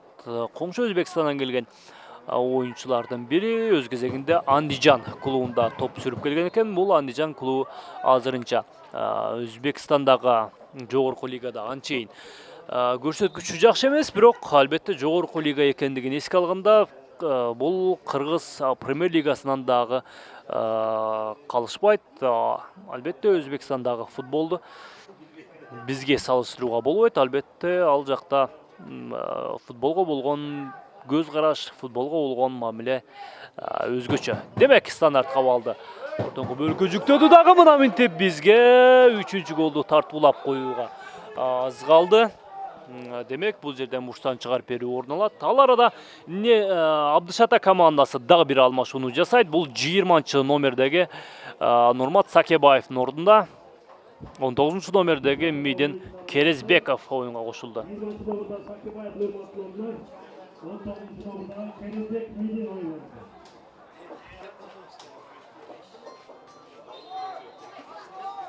Демек бурстан чыгарып берүүнү бизге Азамат Өмүралиев ишке ашырат. Азамат азыр чыгарып берүүсү анчейин жакшы эмес, бирок коргоочулар албетте топту кайрадан аутка тээп жиберүүгө аргасыз. Андыктан дагы бир бурстан чыгарып берүү ушул жерден ууланат. Аны бизге кайрадан Өмүралиев ишке ашырып бермекчи.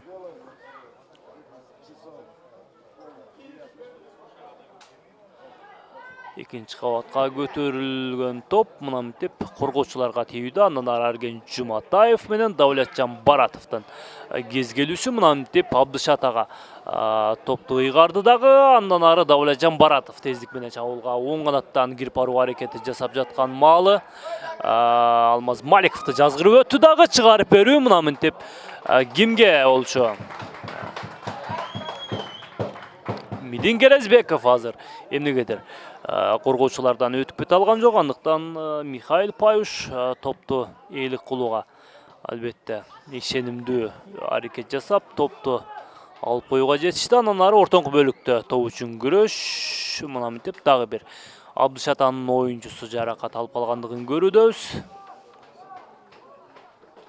Бул Алмаз Саматов болчу. Бул оюнчу дагы Абдышатанын жаш оюнчуларынын бири. Экинчи бөлүктө оюнга кошулду дагы. Мына мынтип азырынча Абдышата командасы алмашууга болгон 3 мүмкүнчүлүгүн тең пайдаланып бүттү. Азырынча Абдышата 3 алмашуу жасаган болсо, Нефчи командасы болгон 2 алмашуу жасап, дагы бир алмашуу жасоого мүмкүнчүлүгү бар башкы машыктыруучу Нематжан Закировдон.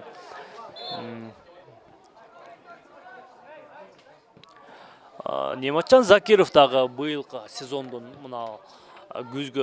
быйылкы жылдагы күзгү сезондо команданын башкы машыктыруучусу катары келди. Буга чейинки башкы машыктыруучусу бул Нурбек Жолдошев болчу. Нурбек Жолдошев жайкы кечиресиздер жазгы сезондо жумуштан кетип, башкы машыктыруучу катары Нематжан Закиров келген.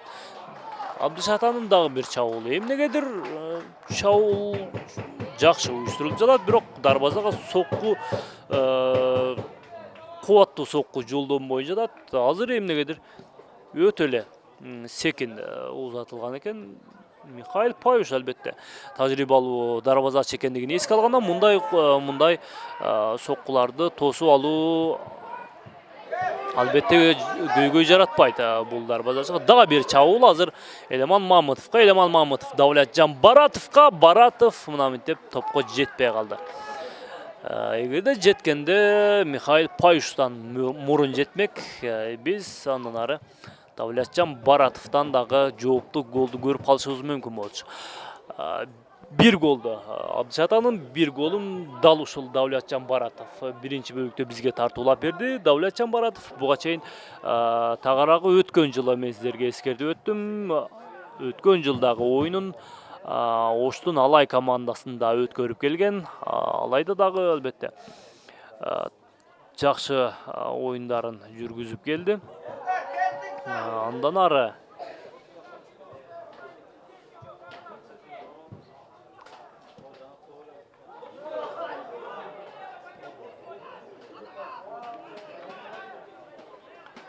Асылбек Исаков ортоңку бөлүккө. Бул жерде Давлетжан Баратов бар.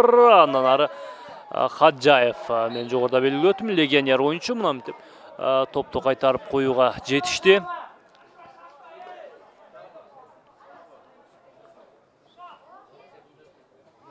Бул жерден эми эреже бузуу болгон. Андан ары Алмаз Маликов эми Түзеле Өмүралиевке. Өмүралиев азыр чабуулга өтө алабы?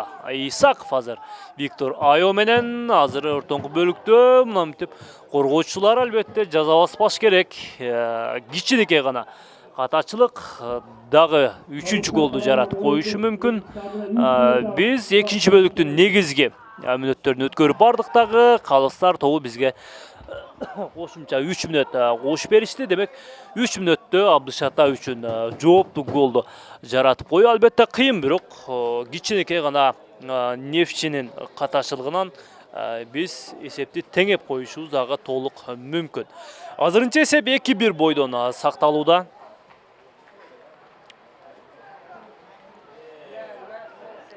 Asılbek İsaqov hozir tuzele Chavulga Davlatjon Baratov hozir ikkinchi qavatdan anchayin yaxshi o'yin yurgiza olgan yo'q.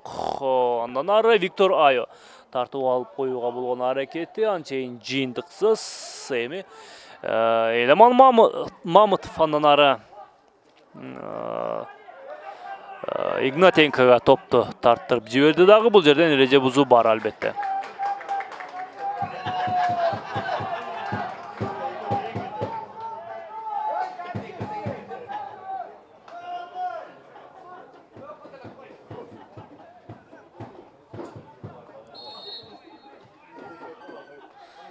Bu standartga oldi bizga darvozachi Mikhail Payush tepiret. Mikhail Payush bardık komandalaşların aldığa ötkörüp emi tüzele Chavulchiga, tag'irag'i Ildarga topni jetkirib berdi dag'i Azamat Ömüraliyevga yaxshi mumkinchilik jaralgan bolchu, biroq Ömüraliyev al mumkinchilikni foydalana olgan yo'q. Albatta jer menen uzatılgan yo'q. Андыктан Azamat biyikten gelgen toptu darvazага түз жолдоп коюуга мүмкүнчүлүк алган эмес. Сагал арада дагы бир кошумча убакытта Нефтчи 3-чү алмашуусун жасайт. Бул 4-чү номердеги Хаджаев Акбаржондун ордуна 2-чи номердеги Алимбек Абдакимов да оюнга кошууда.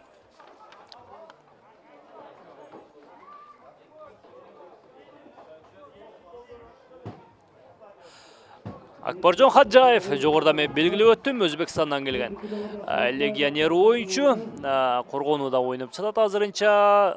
Албетте бул жакшы, азырынча оюну жакшы. Жогоруда белгилеп өткөндөй, буга чейин коңшу Өзбекстандын Андижан командасында ойноп келген экен. Кыргызстанда биринчи оюнун азырынча Neftchining qatarında oynap kelatат. Mümkün bul oyunchuni boshqa klublardan dag'i ko'rib qolishimiz to'liq mumkin. Demek boshqa Qozog'iston ishqirig'i menen biz bugungi o'yinga jeyindik jasaymiz.